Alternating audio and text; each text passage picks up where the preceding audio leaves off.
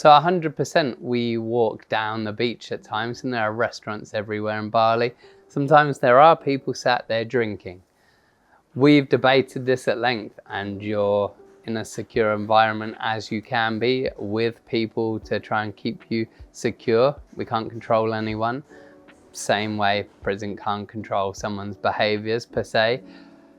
But we feel it's very beneficial because you're going to be exposed to these things outside. You know, if you live on Perth, you probably got to walk a few steps to go past a pub, an off-license, a restaurant like you do here, a bar. Same with London, same with New York. They're just everywhere. We live in a world where we're surrounded by different unhelpful things. If you're like me, you know, if you're like me, an alcoholic like me, we're surrounded by bars, pubs and clubs. So it's called, in a sense, exposure therapy. That's not what we intend to do, but it happens by default, being based in a holiday resort of an island.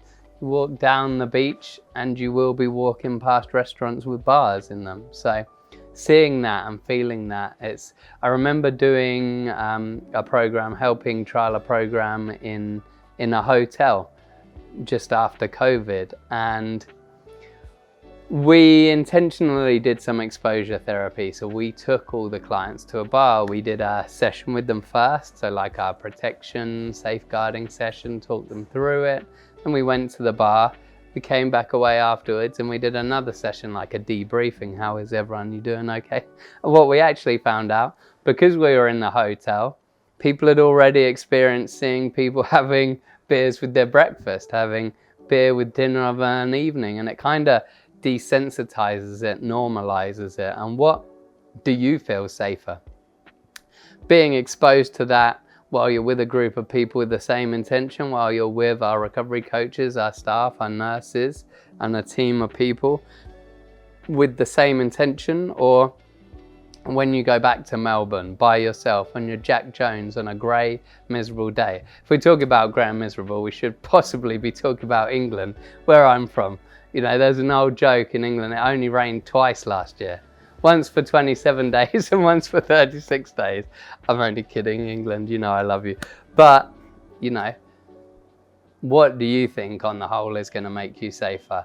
Experiencing that for the first time in that safer environment, or experiencing that for the first time by yourself?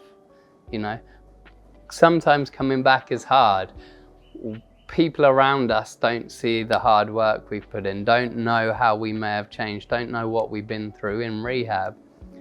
And they're also left with a lot of the pain sometimes of the damage our drinking or using caused. So it can be tough going back to your old environment and facing some of those things. So having some exposure to it being around you, I don't think is a bad thing. I certainly think it puts people in better stead on the whole than not 100%.